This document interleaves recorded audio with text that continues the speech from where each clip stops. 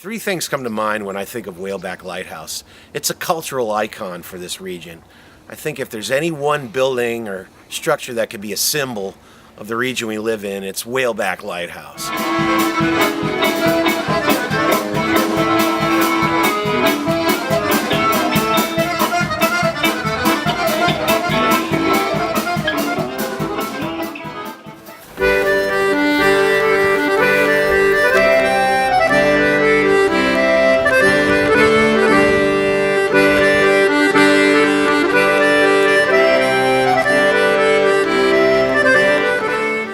Probably the coldest water we have in the region.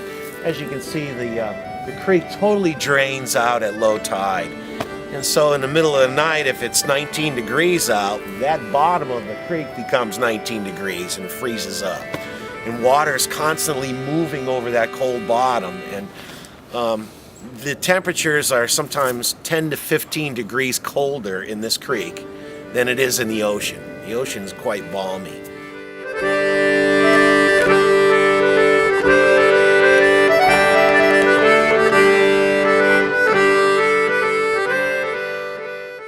Just this alone would turn anybody off from the sport, you know. Just putting on a girdle every day. But just as a seal has his blubber, this is what we are simulating. The outer fat layer that keeps me warm.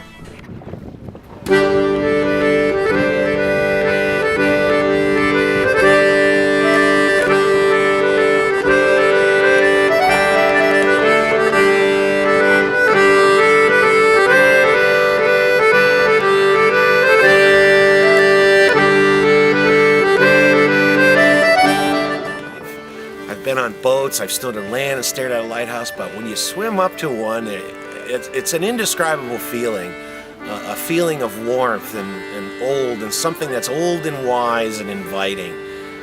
When I did the Swim for the Lights a few years ago, it was like an old grandmother calling me and welcoming me, and it was a special feeling that you can't even get that feeling at an amusement park. It's an honor, and I'm very humbled to be out there.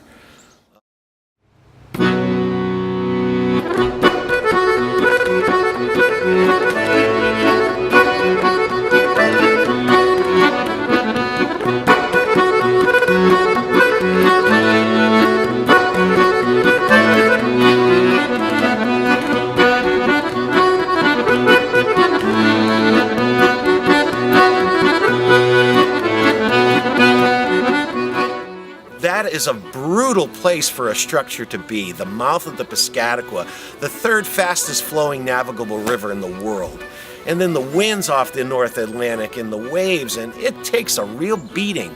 But it's a working structure. It's a symbol of who we are in this region. It's a symbol of our maritime history, and it's still working. It's an actual working structure. I really feel that the community has to rally around this lighthouse. I think it's so important that we all pitch in and do our part.